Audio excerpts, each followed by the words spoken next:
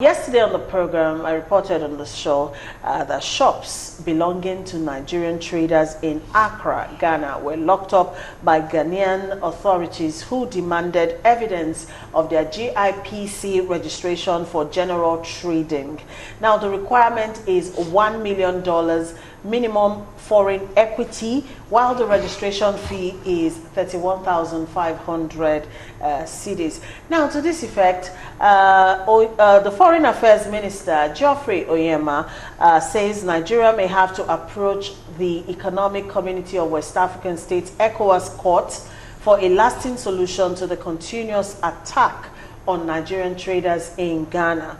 The minister questioned the need for an economic community of West African states if countries in the regional political and economic union will make laws and regulations that are in contradiction with the protocol. In his own words, I quote, "What is the point of having an economic community if at the end of the day, each country will make laws and regulations that are in contradiction with the protocol?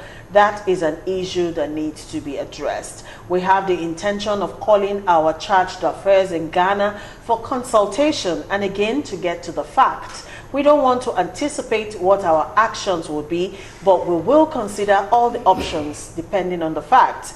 Clearly, if it is contravening ECOWAS protocol, then we would have to look at solution, including the ECOWAS court as the final arbiter. We will also consider the issue of reciprocity in terms of the concrete measures that will be applied. We are following the matter very closely and we want the matter to be addressed within the shortest possible time." End of quote. Gentlemen. Patience, it's sad the way Nigerians are now being treated outside the shores of Nigeria. I think that to a large extent, in the last few months or so, Ghana has been sending a very strong signal to Nigerians. And I think what they are trying to tell Nigerians is it is time to go back to your own country. We did that to them when we said Ghana must go a few years back, several years back. So I think that is where they're coming to. It's unfortunate that we used to be known as the giant of Africa. And we still are. And then we pride ourselves as that. But honestly speaking, when a giant can no longer lift his limbs, it's no longer a giant. I think that the truth of the matter is that this is a clarion call to governance. Like we keep saying, accountability, good governance. This is the time for our leaders to think inwardly and ask themselves some questions, very pertinent questions. And these questions are we developing this country the way we should develop it? Is this country going the right direction? If Nigeria is going the way it should go, would Nigerians naturally leave this country to a country like Ghana, Togo, and all that?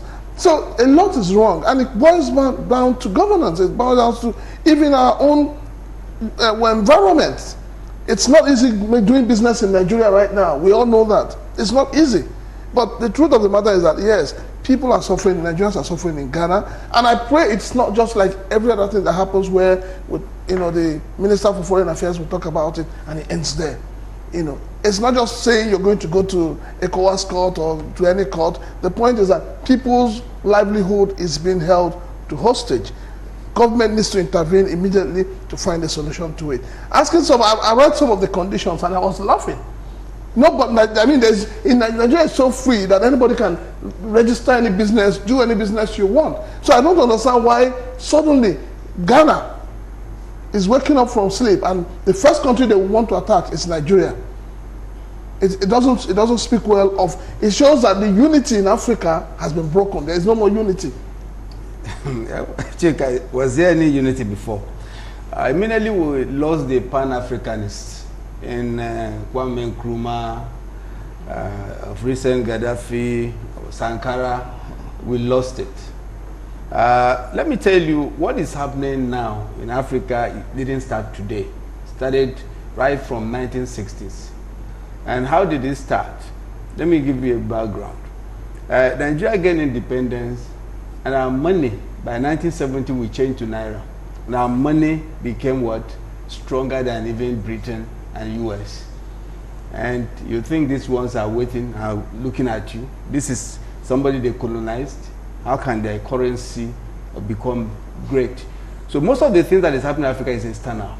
So what happened that they contracted some professors, Harvard and Oxford, and they come up with an idea.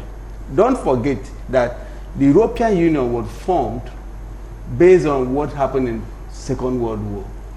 Why did they do that? They want to equalize every nation within the European Union so that you don't have disability in terms of funding for infrastructure, in terms of rehabilitating your infrastructure. And that is why even when Greece was almost going down, the Europeans came on, and up to now you don't hear Greece is in trouble. Because that is what economic community is supposed to be. It's not a one, it's a global, it's a something. So what happened when they discover, look, there's no way an African country, and as at that time Nigeria was the giant of Africa, and every Africa is looking at Nigeria. So what do? They devise a means, and that means is to postulate ideas on economic theories. The economic theories of demand and supply. Your tax, okay, if you tax, you're going to have DFI, that's direct finance investment. If you do so, they brought all these things to confusions, and unfortunately, Awolowo will never be given that opportunity, because if you are given that, there's no way the Europeans will have done that, because they've already seen the antecedent of Awolowo in Western region. Because even before France got television, Awolowo have gotten television in Africa. That's true. So they are looking at things that how do we break this country? And because if they break Nigeria, they broke Africa. So what you're saying is this is a direct targeting. Direct targeting, not just Nigerians, but Nigeria. No. I call it EPI. EPI means economy, political, and infrastructure. Economy, if you attack economy of a nation, it's like your heart. Once your heart is damaged, you just manage it. That's what we are doing now. What did they do? They came with this, that's what I said before, SAP, structural adjustment, and they tried to sell it, nobody bought it. I was stood against it. Other people stood until somebody came in 1984 and agreed to it. And by April 4, 1984, Naira was devalued 30%. As at that time, Naira was 0.765 to a dollar. So immediately we devalue, we started it. When citizens don't trust your currency, you lose it.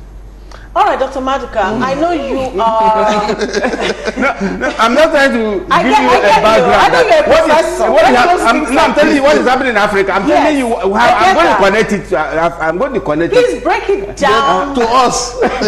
so that the average Nigerian trader who owns a corner shop in Accra, who's affected by this, will, understand what you say. What I'm saying that what is happening is a conspiracy.